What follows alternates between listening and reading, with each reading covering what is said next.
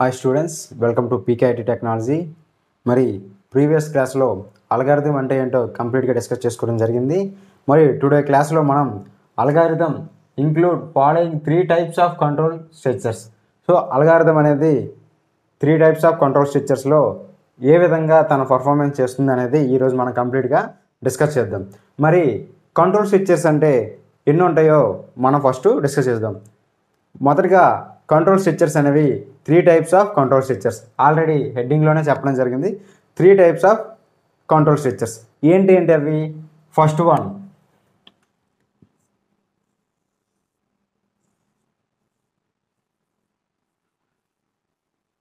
Sequence.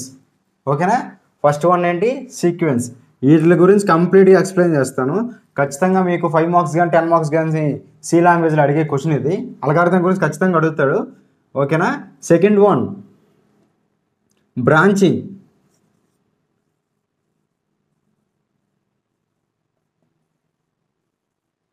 Are selection అంటారు. ఓకేనా? Branching లేదా సెలక్షన్. తర్వాత మూడోది లూప్స్ అనమాట, అంటే రిపిటేషన్.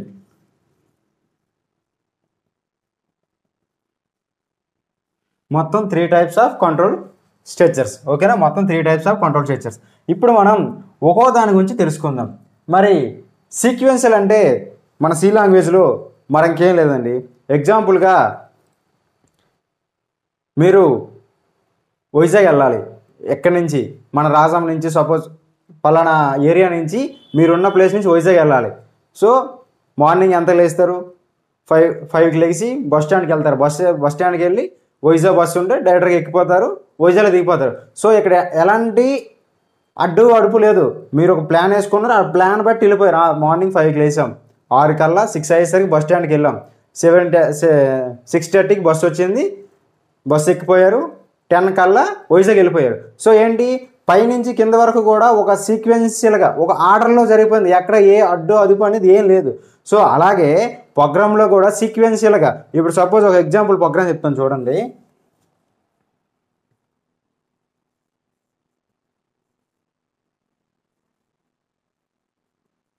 Wide main.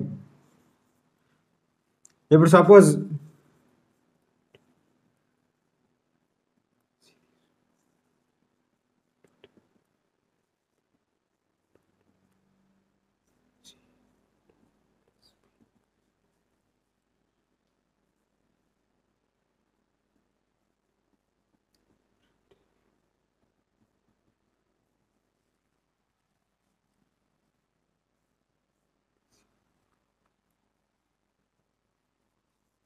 ఓకేనా? చూడండి, ఒక ఎగ్జాంపుల్ ఎడిషన్ ఆఫ్ 2 నెంబర్స్ అనే ఒక చిన్న ప్రోగ్రామ్ తీసుకున్నాం. సీక్వెన్షియల్గా ఉంటుంది. పైనుంచి కింద వరకు ఎక్కడ ఆగదనమాట. అలాగా స్టెప్ బై స్టెప్ వచ్చేసింది. అలాగా వైడ్ మెయిన్ అనే ఫంక్షన్ ఏ చిన్న ప్రోగ్రామ్ అయినా సరే, సి ప్రోగ్రాంలో ఎలాంటి చిన్న ప్రోగ్రామ్ అయినా సరే ఖచ్చితంగా మెయిన్ ఫంక్షన్లోనే డిక్లరేషన్ అవుతుంది. ఏ ప్రోగ్రామ్ అయినా సరే మెయిన్ మనం ఖచ్చితంగా డిక్లేర్ చేయాలి. మెయిన్ అనేది ఇస్తేనే మెయిన్లోనే ఉంటుంది ప్రోగ్రామ్ అంటుంది. ఓకేనా? మెయిన్ ఫంక్షన్ కిందనే మనం ఎగ్జిక్యూషన్ అనేది జరుగుతుంది. మనకేం కావాలనేది ఈ మెయిన్ ఫంక్షన్ లోపలే జరుగుతుంది అనమాట. సో మనం ఏంటి? ఎడిషన్ ఆఫ్ 2 నెంబర్స్ అనే ప్రోగ్రామ్ తీసుకున్నాం. అయితే ఇక్కడ చూడండి, పైనుంచి కింద వరకు కూడా, స్టార్టింగ్ నుంచి ఎండింగ్ వరకు కూడా ఎక్కడ కూడా ఎలాంటి అదుపు అనేది ఉండదు. స్టార్టింగ్ బ్రాకెట్స్ తీసుకున్నాం, ఇంట్ ఏబిసి అనే వేరియబుల్స్ తీసుకున్నాం. ఏ అనే దానికి 10 వాల్యూని అసైన్ చేసాం, బి అనే దానికి 20 వాల్యూని అసైన్ చేసాం. మరి సి అనే వేరియబుల్కి a+bని యాడ్ చేసి ఆ వచ్చిన అవుట్పుట్ని సికి అసైన్ చేస్తే ప్రింట్ ఎఫ్ %d = c. సిలోకి ఆ వాల్యూని ప్రింట్ చేస్తున్నాం. సి వాల్యూ ఎంత మనకి? ఇక్కడ ఏ వాల్యూలో ఇది ఏలోకి 10 పంపించాం. a = 10. ఓకేనా? ఏలోకి 10 వచ్చింది. మరి బి వేరియబుల్కి ఎంత తోలాం? 20 తోలాం. సో 20. ఇక్కడ సిలోకి a+b అనేసి అన్నాం మనం. ఇక్కడ ఏ వాల్యూ ఎంత? 10. బి వాల్యూ ఎంత? 20 = 30. ఈ 30 అనేది ఈ సిలోకి అసైన్ అవుతుంది అనమాట, స్టోరేజ్ అవుతుంది. సిలోకి స్టోరేజ్ అవుతుంది. మనకేం కావాలి? Print F %d C value, సిని ప్రింట్ చేస్తాను. సి వాల్యూ ఎంత? అవుట్పుట్ అనేది 30 వస్తుంది అనమాట. ఓకేనా. మనకు అవుట్పుట్ ఎంత వచ్చింది 30. ఓకేనా. ఇది సీక్వెన్షియల్గా అంటే ఎక్కడ కూడా నీకు ఏ అడ్డు అదుపు లేదు, ఏ కండిషన్ లేదు, ఏ రిపిటేషన్ లేదు, ఒక ఆర్గ్యుమెంట్ లేదు, ఏమీ లేదు. స్టార్టింగ్ మొదలయ్యింది, మెయిన్ ఫంక్షన్ తీసుకున్నాం, ఇంటూ అనే డేటా టైప్ తీసుకున్నాం, ఏబిసి అనేది వేరియబుల్ తీసుకున్నాం, అందులో ఏలోకి 10 పంపించాం, అలాగే బిలోకి 20 పంపించాం, అలాగే C is equal to a+b ఆ రెండింటిలో యాడ్ చేసిన వచ్చిన వాల్యూని సిలోకి పంపించాం, ప్రింట్ ఎఫ్ తీసుకుని సి వాల్యూని మనం ప్రింట్ చేసాం. సో అర్థమైందా. సో ఇది బేసిక్ ప్రోగ్రామ్ అనమాట. సో ఇక్కడ ఎటువంటి అడ్డు అదుపు అనేది ఎక్కడా లేదు. సో కంటిన్యూస్గా జరిగిపోయింది స్టార్టింగ్ నుంచి ఎండింగ్ వరకు, పైనుంచి కూడా కింద వరకు కూడా ఎక్కడ ఎలాంటి బ్రేక్స్ కానీ అడ్డంకులు కానీ ఏమీ లేవు. ఓకేనా. సో ఇది సీక్వెన్షియల్గా అల్గారిథం అనమాట. సో ఇక్కడ చూసా algorithm include following three types of control structures. అందులో మొదటిది ఏంటి సీక్వెన్షియల్గా అల్గారిథం ఫాలో అయిందా. ఫస్ట్ మెయిన్ ఫంక్షన్ డిక్లేర్ చేసాం, తర్వాత బ్రాకెట్స్ పెట్టుకున్నాం, తర్వాత డేటా టైప్స్ వేరియబుల్స్ ఇచ్చుకున్నాం, తర్వాత ఏ వాల్యూకి 10 అజైన్ చేసాం, తర్వాత బి వాల్యూకి 20 అజైన్ చేసాం, సి వాల్యూకి a+bని యాడ్ చేసాం, తర్వాత మనకు కావాల్సిన అవుట్పుట్ సిని ఇక్కడ ప్రింట్ చేసుకున్నాం, లాస్ట్ను ప్రోగ్రామ్ క్లోజ్ చేసాం. సో ఇది ఓపెన్ కర్వర్ బ్రాకెట్, క్లోజ్ కర్వర్ బ్రాకెట్ అనమాట. సో మనకు అవుట్పుట్ అనేది 30. ఇక్కడ ఒక ఆర్డర్లో బట్టి ఒక అల్గారిథం ఫాలో అయింది అనమాట. ఈ మెయిన్ ఫంక్షన్ ఎక్కడ ఇచ్చామనుకో, సో ఇవేవి ఎగ్జిక్యూట్ అవ్వనమాట. ఎందుకు మెయిన్ ఫంక్షన్ కిందనే నీకు ఏది ఉన్నా సరే మెయిన్ ఫంక్షన్ కింద ఏమైతే ఉంటుందో వాటిల్లే కన్సిడర్ చేస్తుంది అనమాట. మెయిన్ ఫంక్షన్ డిక్లేర్ చేసిన ఏవైనా సరే అవి గ్లోబల్ వేరియబుల్స్ అంటారు అనమాట. సో ఇక్కడ వేరియబుల్కి మనకు కావాల్సిన అవుట్పుట్ అంత 30. ఇక్కడ అదే కానీ ఇక్కడ బి వాల్యూ ఇచ్చామనుకోండి, వాల్యూ మారిపోతుంది. ఇక్కడ ఆల్రెడీ ఇప్పుడు సపోజ్ ఇక్కడ బి ఇచ్చామనుకోండి, అప్పుడు ఆల్రెడీ బిలో 20 ఉంటుంది, బిలో 20 ఉంది. ఇక్కడ a+b ఇక్కడ 30 అయిపోతుంది. 30 ఇందులోకి పంపించాం, ఎంత వస్తుంది, బి వాల్యూ కూడా 30 అయిపోతుంది అనమాట. సో మనం ఏది ఇచ్చినా సరే ఒక ఆర్డర్ బట్టి జరగాలన్నమాట. ఎక్కడ అదుపు అడ్డంకులు లేకుండా ఒక సీక్వెన్షియల్గా జరిగింది. అదే కానీ ఈ వేరియబుల్ని ఇక్కడ ప్రింట్ చేయలేదు, ఇక్కడ ఇవ్వలేదు కదా మనం. అదే బి వేరియబుల్ని ఇక్కడ స్టోర్ చేయలేదు కదా, ఈ పైన డిక్లేర్ చేస్తాం. ఎందుకు ఇది ఒక ఆర్డర్ అనమాట, ఒక కండిషన్ ఒక సీక్వెన్షియల్గా జరగాలన్నమాట. అర్థమైందా. ఓకేనా. అర్థమైంది అనుకుంటా. దాన్ని అల్గారిథం అంటారంట. స్టెప్ బై స్టెప్ ప్రాసెస్ని అల్గారిథం అంటారు. ఓకేనా. ఒక సీక్వెన్షియల్గా జరగాలి, ఒక అల్గారిథంగా జరగాలి, ఒక ప్లానింగ్ మనం ఏ విధంగా అయితే ప్లాన్ చేసుకుమో ఆ విధంగానే మన ప్రోగ్రామింగ్ ఉండాలి. మనం ఒక బిల్డింగ్ కట్టినా సరే ముందు ఫౌండేషన్ అనేది గట్టిగా వేసుకోవాలి, తర్వాత బీమ్స్ ఇవ్వాలి, తర్వాత స్లాబ్ వేసుకోవాలి, తర్వాత కట్టు పని చేయాలి, తర్వాత ఫినిషింగ్ వర్క్, తర్వాత ఎలక్ట్రికల్, తర్వాత వుడెన్ వర్క్, అలాగా ఆర్డర్ బట్టి చేసుకున్నాను. అదే ముందు మన ఫౌండేషన్ లేకుండా స్లాబ్ వేసాం కదా. సో అలాగే మెయిన్ ఫంక్షన్ డిక్లేర్ చేసాం, తర్వాత వేరియబుల్ని డేటా టైప్ డిక్లేర్ చేసాం, తర్వాత వాల్యూని అజైన్ చేసాం, తర్వాత మనకు కావాల్సిన అవుట్పుట్ని మనం ప్రింట్ చేయించుకునేటట్టు ఒక ఫంక్షన్ ఇచ్చామన్నమాట. ఒక అర్థమైందా. దీన్ని సీక్వెన్షియల్ అని అంటాం అనమాట. సో మన నెక్స్ట్ వన్ వచ్చేసి బ్రాంచింగ్ అంటే సెలక్షన్. ఇప్పుడు అంటే ఇంకేం లేదండి, ఇవి ట్రూ ఆర్ ఫాల్స్ అనమాట. అంటే ట్రూ అయితే ఒక కండిషన్ ఎగ్జిక్యూట్ అవుద్ది, ఫాల్స్ అయితే ఒక కండిషన్ ఎగ్జిక్యూట్ అవుతుంది అనమాట. ఇప్పుడు సపోజ్ చిన్న ఎగ్జాంపుల్ చెప్తాను చూడండి. ఇప్పుడు మీ మదర్ గారు మీ ఇంట్లోన మీకు పని అప్ చెప్పారు. ఏంటది, ఒక 100 రూపీస్ ఉంటే చికెన్ తీసుకుంటారా, చికెన్ కర్రీ చెయ్యు. 100 రూపీస్ లేకపోతే మ్యాగీయో హిప్పీ ఏదో ప్యాకెట్ తీసుకొచ్చి హిప్పీ నూడిల్స్ మ్యాగీ నూడిల్స్ చేయమన్నారు. ఇక్కడ ఏంటి కండిషన్, 100 రూపీస్ని ఇక్కడ ఉంటే చికెన్ షాప్కి వెళ్ళి చికెన్ తీసుకొస్తావు. ఒకవేళ 100 రూపీస్ లేకపోతే వేరే షాప్కి వెళ్ళి వేరే డిపార్ట్మెంట్కి వెళ్ళి మ్యాగీయో హిప్పీయో ఏదో నూడిల్స్ ప్యాకెట్ తీసుకొచ్చి చేయమంటున్నారు. సో అదేవిధంగా ఇక్కడ ఏంటి, 100 రూపీస్ దగ్గర ఉంటే కండిషన్ అనేది ట్రూ అయింది. 100 రూపీస్ చికెన్ తెమ్మన్నారు కదా, 100 రూపీస్ నీ ఇక్కడ ఉంటే కండిషన్ ట్రూ అయింది కాబట్టి మీ అమ్మగారు చెప్పినట్టు చికెన్ షాప్కి వెళ్ళి చికెన్ తీసుకొచ్చి చికెన్ కర్రీ చేస్తాం. సో నీ దగ్గర 100 రూపీస్ లేదు, 50 రూపీస్ ఉంది. సో అక్కడ 50 రూపీస్ ఇక్కడ ఉంది, అక్కడ కండిషన్ ఏంటి, 100 రూపీస్ లేదు కాబట్టి కండిషన్ ఫాల్స్ అయ్యింది. సో 50 ఉంది. అప్పుడు ఏం చేస్తావు, మీ అమ్మగారు ఇంకేం చెప్పారు, వేరే డిపార్ట్మెంట్ స్టోర్కి వెళ్ళి ఒక హిప్పీ నూడిల్స్ ప్యాకెట్ తీసుకురమ్మన్నారు. సో ఇక్కడ ఏంటి కండిషన్, 100 రూపీస్ నీ ఇక్కడ ఉంటే చికెన్ షాప్కి వెళ్తావు, లేకపోతే 100 రూపీస్ కన్నా తక్కువ ఉంటే వేరే డిపార్ట్మెంట్ షాప్కి వెళ్తావు అనమాట. సో అదేవిధంగా దాన్ని ట్రూ ఆర్ ఫాల్స్ అంటావు. ఒకవేళ మనం ఇచ్చే కండిషన్ ట్రూ అయితే వాల్యూ 1 వస్తుంది, ఫాల్స్ అయితే వాల్యూ 0 వస్తుంది అనమాట. ట్రూ అయితే మనకు ఒక కండిషన్ ఎగ్జిక్యూట్ అవుద్ది, ఫాల్స్ అయితే మనకు ఒక కండిషన్ ఎగ్జిక్యూట్ అవుద్ది. ఇప్పుడు మనం చిన్న ఎగ్జాంపుల్ చెప్తాం మన ప్రోగ్రామ్ రూపంలో. ఏంటంటే ఇప్పుడు మనకు ఒక నెంబర్ ఏ నెంబర్ తీసుకున్నా సరే ఆ నెంబరు ఆడ్ నెంబరా ఈవెన్ నెంబరా కనుక్కోవాలి. అంటే ఏంటి, మనం ఒక కండిషన్ ఇవ్వాలి. ఆ కండిషన్ చెక్ చేసిన తర్వాత అది హార్డ్ నెంబర్ అవుతుందా ఈవెన్ నెంబర్ అవుతుందా అనేది కనుక్కోవడానికి ఒక చిన్న ఎగ్జాంపుల్ పక్కన చెప్తాను. మీకు ఈ బ్రాంచింగ్ గురించి క్లియర్గా ఎక్స్ప్లెయిన్ అయిపోద్ది అనమాట. ఓకేనా? చిన్న ఎగ్జాంపుల్ చూడండి. వైడ్ మెయిన్ అనే ఫంక్షన్ తీసుకున్నాం. వైడ్ మెయిన్ అనే మెథడ్. ఓకేనా? ఇది ఉందంటే మెథడ్ అనమాట. సో ఇక్కడ మనం ఇంటీజర్ ఐ తీసుకున్నాం అనమాట. ఓకేనా? ఇంటీజర్ ఐ తీసుకున్నాం. ఇప్పుడు ఆ వాల్యూకి మనం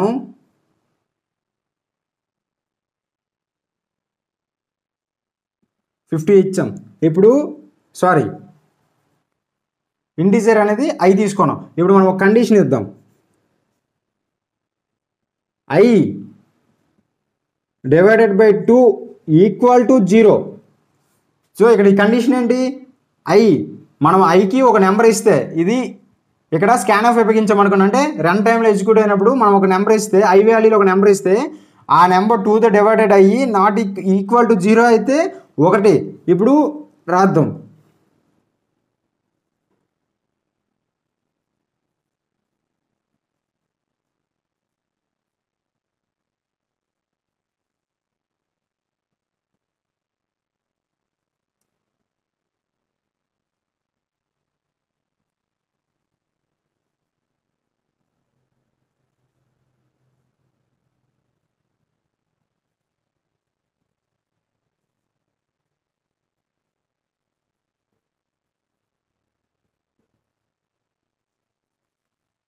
చూడండి, ఇక్కడ ఒక కండిషన్ ఇచ్చాం.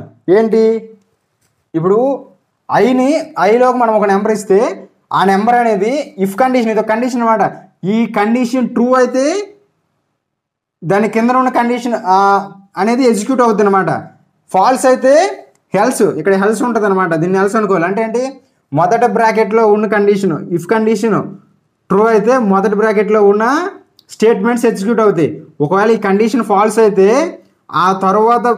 దాని తర్వాత ఉన్నది ఎగ్జిక్యూట్ అవుతుంది అనమాట. అప్పుడు ఇది ఎగ్జిక్యూట్ అవ్వదు, ఎందుకంటే ఇది ట్రూ అయితేనే మొదటిది ఎగ్జిక్యూట్ అవుద్ది. ఇది ఫాల్స్ అయితే, ఇఫ్ కండిషన్ ఫాల్స్ అయితే హెల్స్లో ఉన్నది ఎగ్జిక్యూట్ అవుద్ది. ఇది హెల్స్ అనమాట ఇక్కడ. ఓకే, రాశాను ఇలాగా. ఇది ఎలా డిక్లేర్ చేయాలి కూడా చెప్తాను, చిన్న ప్రోగ్రామ్. అయితే ఇక్కడ ఏంటి, ఐ వాల్యూ, ఇప్పుడు సపోజ్ ఐలోకి మనం 2 తీసుకున్నాం. I value is equal to 2. ఇక్కడ కండిషన్ ఏముంది, if condition I divided by equal to ఇది ఉంది. అప్పుడు ఐ వాల్యూ ఈక్వల్ టు 0 ఉంది. అప్పుడు ఐ వాల్యూ అంట 2 డివైడెడ్ బై 2 ఈక్వల్ టు 0 వచ్చింది.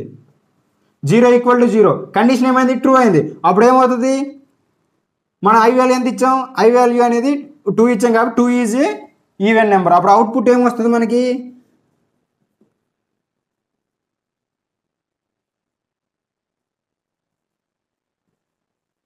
ఈవెన్ నెంబర్ అని మనకు అవుట్పుట్ వస్తుంది. సపోజ్ ఐ వాల్యూ మనం 3 ఇచ్చాం.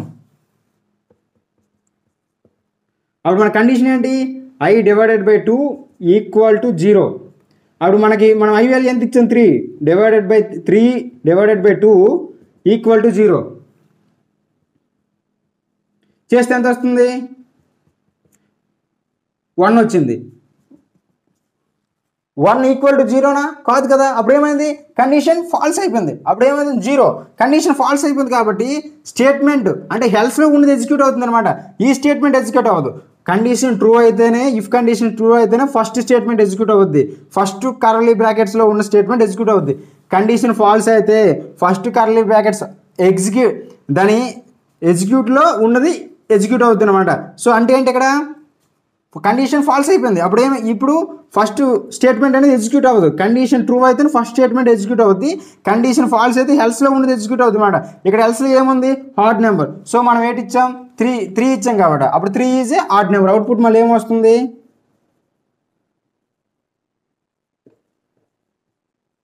హార్డ్ నెంబర్ అని వస్తుంది. అర్థమైందా? ఇక్కడ కండిషన్ ట్రూ అయితే మనకు ఒక వాల్యూ ప్రింట్ అవుతుంది. కండిషన్ ఫాల్ అయితే మనకి ఇంకో స్టేట్మెంట్ ప్రింట్ అవుతుంది. అర్థమవుతుందా? కండిషన్ ట్రూ అయితే మనకి 1 అంటాం, కండిషన్ ఫాల్స్ అయితే 0 అంటాం.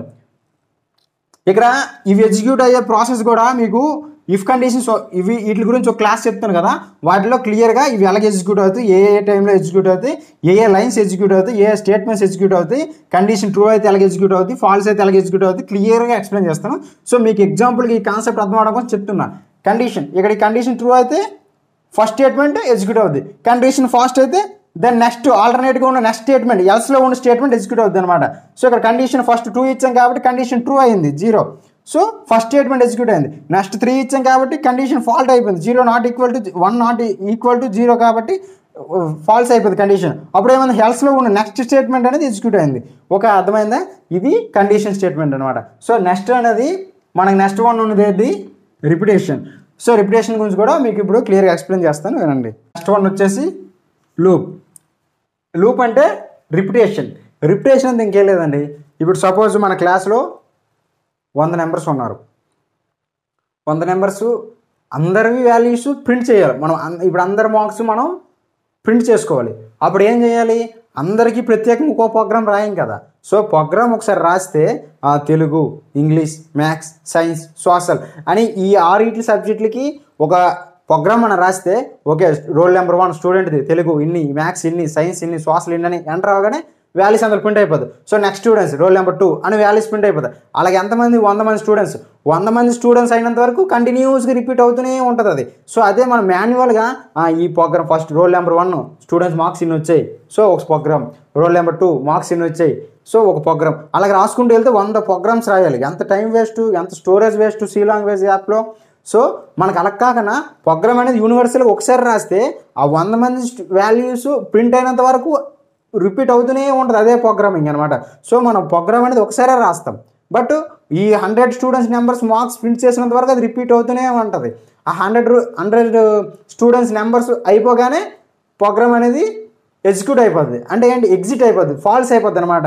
ఇందుకు 100 నెంబర్స్ అయిపోయారు, ఇంకా స్టూడెంట్స్ మళ్ళీ. సో మనం ఇచ్చిన స్టూడెంట్స్ కండిషన్ అంతా 100 అయిపోయింది కాబట్టి okay program is close, exit అయిపోద్ది అనమాట. సో అదేవిధంగా మరొక చిన్న ఎగ్జాంపుల్ చెప్తాను చూడండి. ఇప్పుడు నేను ఒక వాల్యూని ప్రింట్ చేశాను, ఏంటి 5 స్టార్స్ ప్రింట్ చేశాను. సో ఈ 5 స్టార్స్ ప్రింట్ చేసినప్పుడు దీనికి ఒక ప్రోగ్రామ్ రాస్తాను. సో నాకు ఇలాగా 5 టైమ్స్ కావాలి అనుకోండి. సపోజ్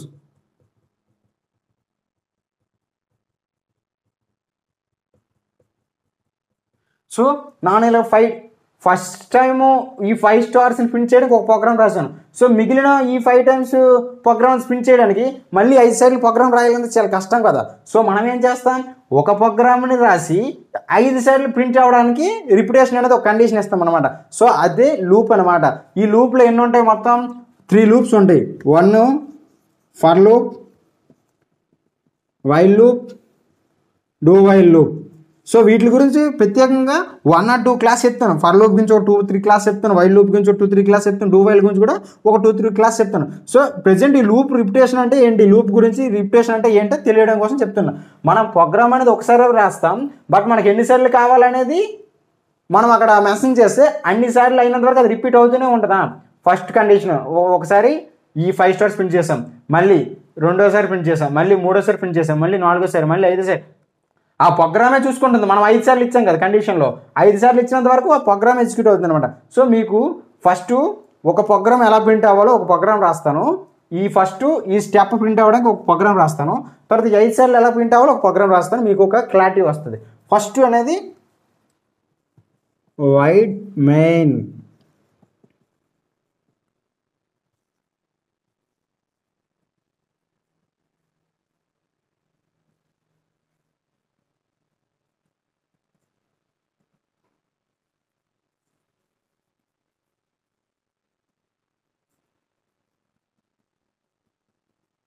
చూడండి, మనం ప్రోగ్రామ్ రాసాం, డైరెక్టర్గా వైడ్ మెయిన్ తీసుకున్నాం, కరెక్ట్ బై ఓపెన్ బ్రాకెట్ పెట్టాం, ప్రింట్ ఎఫ్ అనే ఇది ఇచ్చాం.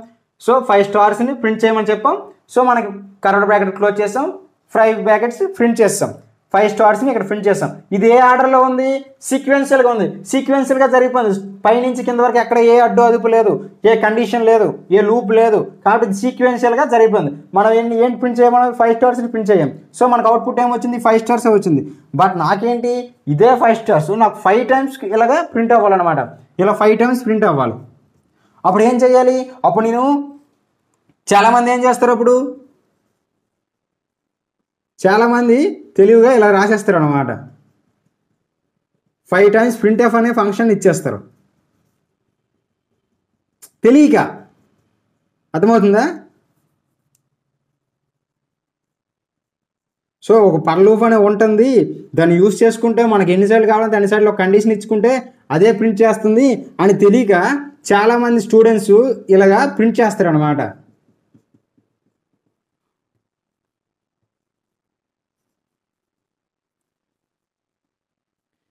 సేమ్ అవుట్పుట్ అనేది ఇలా ప్రింట్ అయిపోతుంది.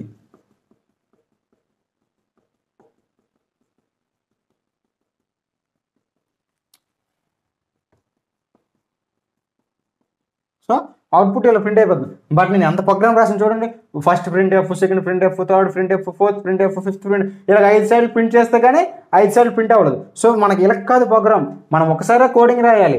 ఒకదానికి ప్రింట్ ఎఫ్ ఇచ్చి ఒక నెంబర్ని ఇస్తే అది ఎన్ని నెంబర్లు ఇచ్చామో, ఎంత కండిషన్ ఇచ్చామో ఆ కండిషన్ వరకు అదే తిరుగుతూ ఉండాలి, అదే ఎగ్జిక్యూట్ అవ్వాలన్నమాట. దాన్నే లూప్ అంటారు. సో ఇంత ప్రోగ్రామ్ రాసే ముందు నేను ఒక చిన్న ఫర్ లూప్ ఉపయోగించి ఈ 5 ప్రింట్ చేస్తాను చూడండి.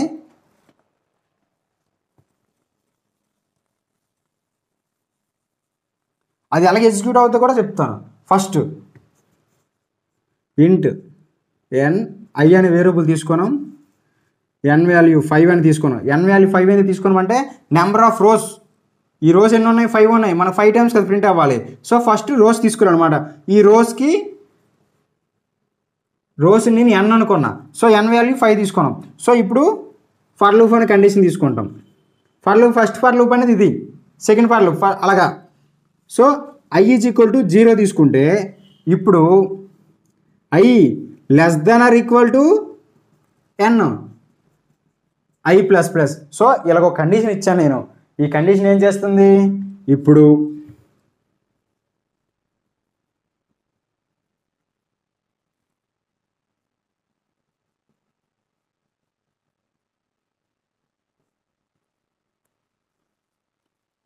సో చూసారా, నేను ప్రోగ్రామ్ ఒకసారి రాశాను, బట్ ఇది 5 సార్లు ఎలా ప్రింట్ అవుతుందో నేను ఎక్స్ప్లెయిన్ చేస్తాను చూడండి.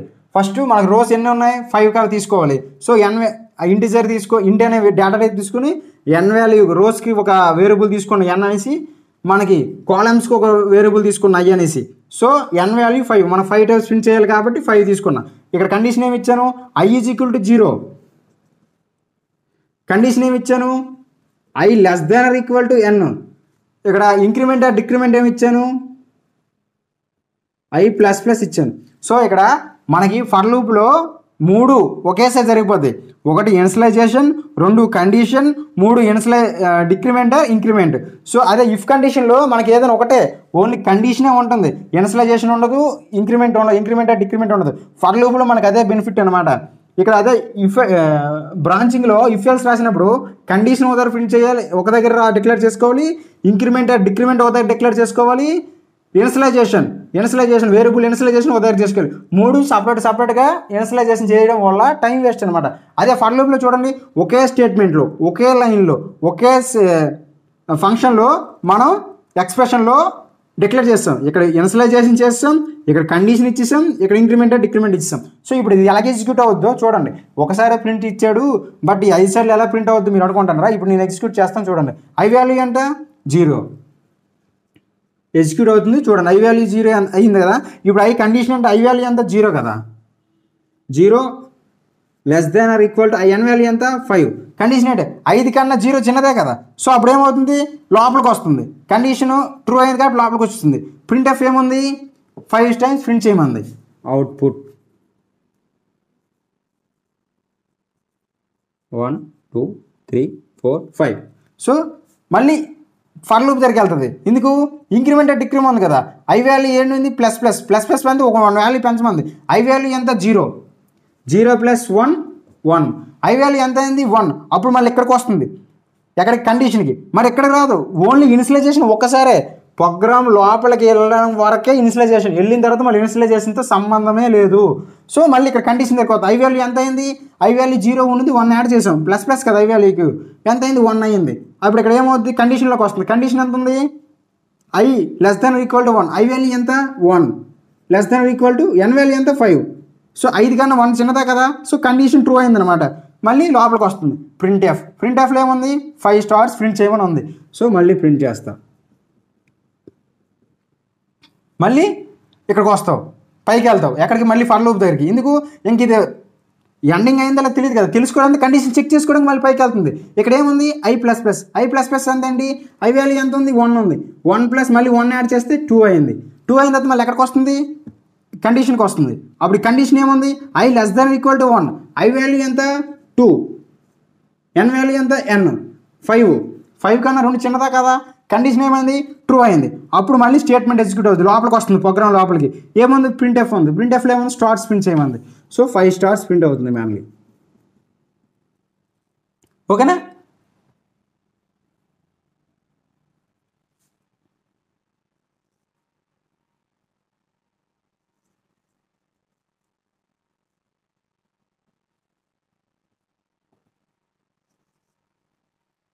సో ఇప్పుడు ఏమైంది, మళ్ళీ ఇక్కడికి వెళ్తుంది. i వాల్యూ ఎంత ఉంది 2 ఉంది, 2కి 1 యాడ్ చేయమంటుంది. 2 + 1 3 అప్పుడు కండిషన్లో ఇక్కడికి వస్తుంది. మళ్ళీ కండిషన్ ఏమవుతుంది 3 లెస్ దాన్ ఈక్వల్ టు 5 కన్నా 3 చిన్నది కదా, సో కండిషన్ ట్రూ అయింది. మళ్ళీ ప్రింట్ ఆఫ్ ఎగ్జిక్యూట్ అవుద్ది. 5 స్టార్స్ ఉన్నాయి, 5 స్టార్స్ ప్రింట్ అవుద్ది అనమాట.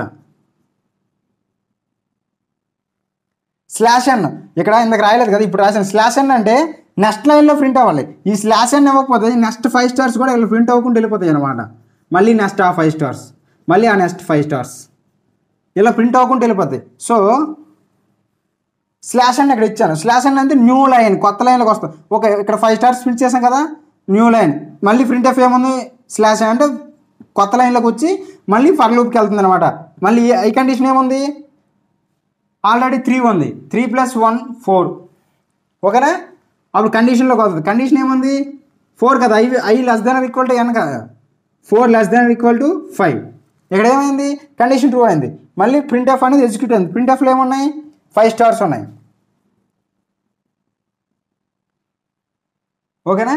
అప్పుడు /n అంటే న్యూ లైన్, కొత్త లైన్లోకి వస్తుంది. అప్పుడు ఇక్కడ ఉన్న కంప్యూటర్లో ఇది ఉంటుంది కదా బ్రాకెట్, అది ఇక్కడికి వచ్చేస్తుంది అనమాట /. అదేమవుతుంది మళ్ళీ ఇక్కడికి వెళ్తుంది అనమాట. ఈ n నుంచి న్యూ లైన్కి వస్తుంది కదా, మళ్ళీ ఫర్ లూప్కి వెళ్తుంది. i వాల్యూ ఎంత 4 ఉంది, 4 + 1 5 అయింది.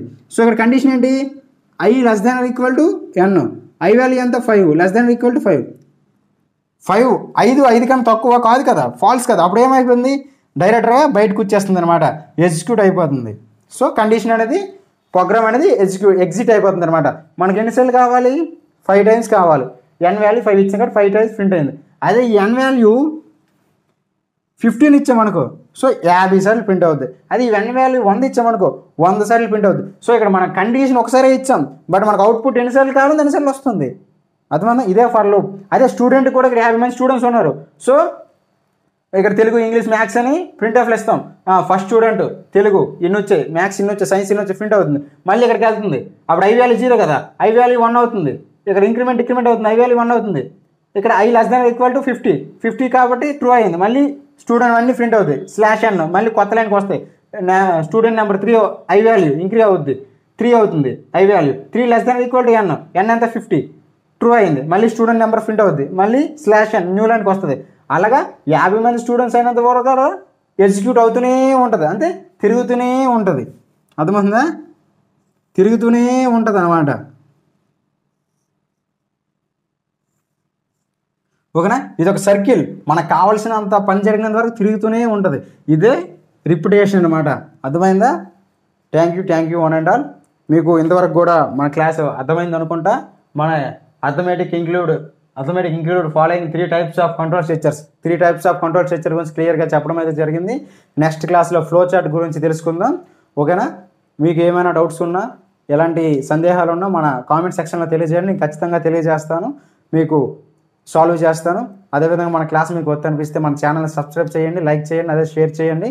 Thank you one and all.